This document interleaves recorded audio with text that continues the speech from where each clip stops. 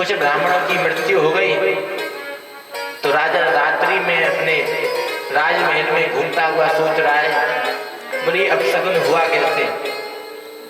अगले दिन सुबह उसने अपनी सभा में हलवाई को बुलाया, बोले तुमने जहर मिलाया है, किसी दूसरे राजा ने तुमको कुछ मुद्रा दे दिए किसी दुश्मनी की वजह से, तो तुमने हमारे खाने में प्रसादी में जहर मिलाया हो। बोले महाराज हम ऐसा आज दृष्टांत ये कार्य नहीं कर सकते। बोले आपने नहीं किया। राजा चिंतित अवस्था में हो गया, किसने किया। और भाई जो जिसकी मृत्यु होती है किसी ना किसी कारण की वजह से होती है। अब ऊपर ब्राह्मणों का लेखा जोखा। बोले महाराज एक राजा के महल में 18 ब्राह्मण मारे गए, तो इनका जो ब्रह्म हत्या का पाप है वो राजा के खाते में डालूं या हलवाई के खाते में डालूं। अब यमराज से पूछ रहे यमदूत, जो चित्रगुप्त होता है इनका लेखाधिकारी, वो पूछ रहा है, बोले महाराज आप बताओ किसके में डालूं इनका पाप। तो यमराज भी सोचे, बोले बेचारे राजा ने तो ब्राह्मणों की सेवा की ताई ये बुलाए, तो उसके पक्ष में डालना ब्रह्म हत्या का पाप तो ठीक नहीं है। तो बोले महाराज हलवाई के में डाल दें।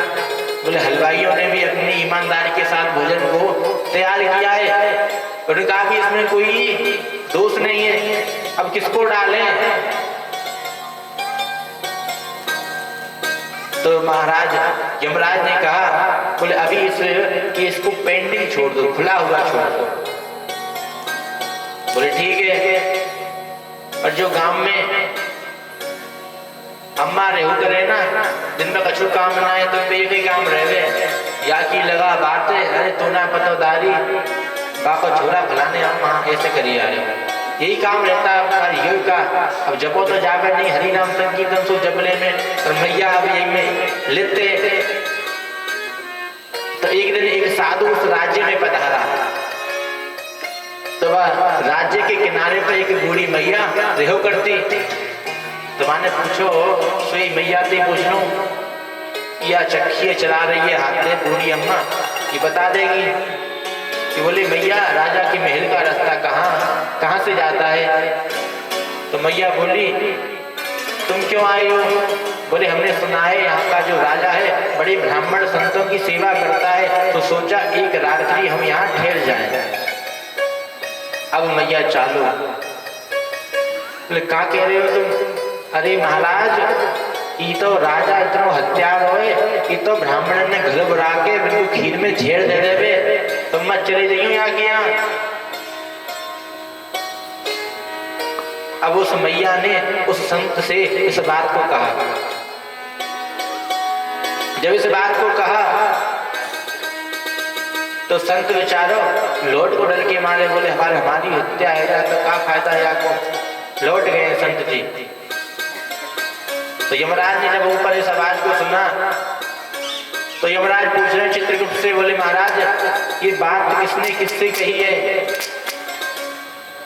तो बोले एक बूढ़ी अम्मा ने इस बात को एक संत से कहा है।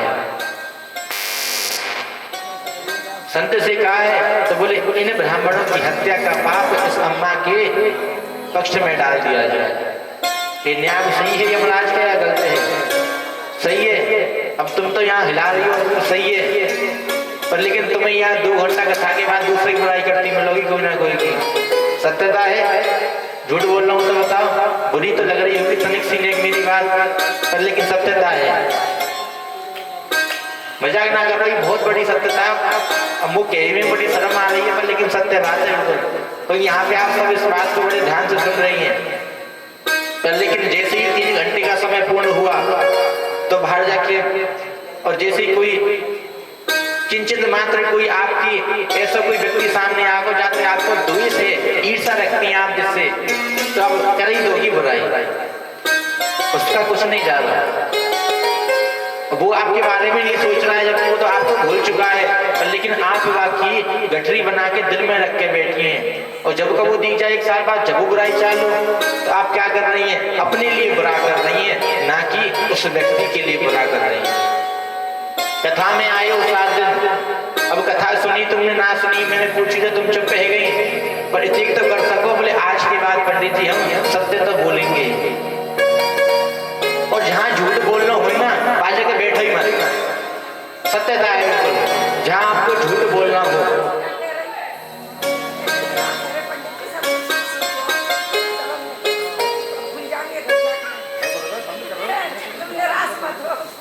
नहीं, मैं निराश नहीं हो रहा, मेरा कहने का भाव अर्थ है कि 7 दिन आपने कथा सुनी तो लेकिन अपने जीवन में एक प्रतिज्ञा तो बना सको, जहां हमको झूठ बोलना है वहां बैठे नहीं तो झूठ क्यों बोलना पड़ेगा भाई, झूठ वहां बोलना पड़े जहां मन नहीं मिलते, सत्यता है। झूठ कहाँ बोलते हैं आपको, हम लोग सामने वाले से हमारा हृदय नहीं मिल रहा है तो हम वहां बैठे ही नहीं, निकल जाओ वहां से तार के उस जगह को, सो पाप लगे ही क्यों। आयो इस जीवन में तो झूठ ही बोल रहे आयो, और झूठ भी बोल रहे तो काय के पीछे, 2-4 आना के पीछे। आजकल ऐसे ऐसे व्यक्ति महाराज 1 रुपया के पीछे लड़ जाए, 10 रुपए का माचिस का पड़ा आता है और सेठ जी 10 रुपया ले लिए, अरे सेठ जी तुमने तो हद ही कर दी, हम लूट लिए। बोले काय को भैया, अरे 9 रुपया को आवे, एक माचिस फ्री आवे, बताओ 1 रुपया के पीछे। अब वो सेठ हो 1 रुपया के पीछे, तुम तो झूठ बोल रहे हो और तुम 1 रुपया के पीछे अपनी वहां पे काय दिखा रहे हैं, संस्कार दिखा रहे हैं 4 आदमियों के सामने। तो ये अच्छी बात है, बगल में कोई व्यक्ति देख रहा होगा तो क्या कहेगा, एक ना एक व्यक्ति तो बाजार में जानकार मिले ही जाए। अपने बच्चों को भी सिखाओ, ये सब चीजें छोटी छोटी बातें, क्योंकि छोटी छोटी बातें ही सीख के वो व्यक्ति एक बड़े पद पर पहुंच पाता है। अब तुम सोचे बोले इन चीजें सिखाएंगे बच्चों को, मत सिखाओ तो वही बच्चा तुम्हारा कहीं ना कहीं किनारे पे कहीं ना कहीं कोई तो झूठ बोलता ही मिल जाएगा। जय हो जय हो जय हो। आए हो तो संस्कार तो ले जाओ, ज्ञान तो छोड़ो, आनंद में तुम रह गए पर लेकिन संस्कार तो यहाँ से ले जाओ कि जो आपके जीवन में उत्तर उत्तर वृद्धि करे। गाय की आप और हम सब सेवा करते हैं, तन मन धन से सेवा करते हैं गाय की। गाय हमारी माता है, सबके में पूरा ब्रह्मांड ही सब ये बात कहता है गाय हमारी माता है, पर लेकिन अगर वो गैया तुम्हारे घर के आगे गोबर कर जाए ना तो डंडा सबसे पहले तुम्हें मारे। जय हो जय हो जय हो जय हो। एक बार जोर से ताली बजाएं, मारो का ना मारो, और लेकिन ये नहीं पता कि बोले वही गोबर की कंडा बन के जिनमें हम काम है जलना है। अरे आग लगाया गैया में, हमारे घर के द्वारे खराब कर गई। अरे मैया वही गोबर, उसी गोबर से तुम कुछ समय पहले की बात सोच के देखो, वही गोबर से तुम लीपते जाते के में गए, लीपते के ना लीपते अपनी मिट्टी की घर में, और आज तुम भैया को तो रोटी खवा के वाके माथे छी रही हो, पामन में छी रही हो, अपने बाबा को दान करवा रही हो भाई गैया, और भाई में तुम डंडा मार रही हो। तो पामे है देवता, तुम मनुष्य हो, सोचो वहां समय कि हम मनुष्य हैं। अगर वो बेचारी इतनी की समझदार होती तो तुम्हारे दरवाजे पे आके क्यों करती गोबर। सुबह रोटी खवाई, दोपहर में डंडा मारना, बेचारी वो यहाँ गली में नहीं डोलेगी तो कहाँ जाएगी। जंगलों में आप और हम सब प्रवेश करते जा रहे हैं, अपने अपने घर में कहाँ ले जा रहे हैं, बढ़ाते ले जा रहे हैं, तो वे कहाँ जाएंगे जीव जंतु, हमारे ही क्षेत्रों में आएंगे। सब चीज को सोचते हुए एक अपने नजरिया से सोचो और एक सामने वाले के नजरिया से सोचो, बोले ये भी क्या सोचता है। कोई व्यक्ति आपके यहाँ भोजन मांगने भी आया है तो बाकी हिसाब से सोचो नजरिया से कि वो आयो क्यों। आज आप और हम क्यों ना जाने, कोई क्या रोटी मांगे आज तक गए ना गए, शर्म लगे सब, लेकिन वो व्यक्ति किसे आशा करके तुम्हारे द्वार पर रोटी मांगने आए हो और तुम बात फटकार के भगा दो, तो तुम कितने निर्दयी हो। चाहे तुमने भागवत में 50,000 दान करे, 2 लाख दान करे, तुमने 50,000 भागवत करवा दें, 50 यज्ञ करवा दिए, बिल्कुल कोई फल ना है, सत्यता है बिल्कुल।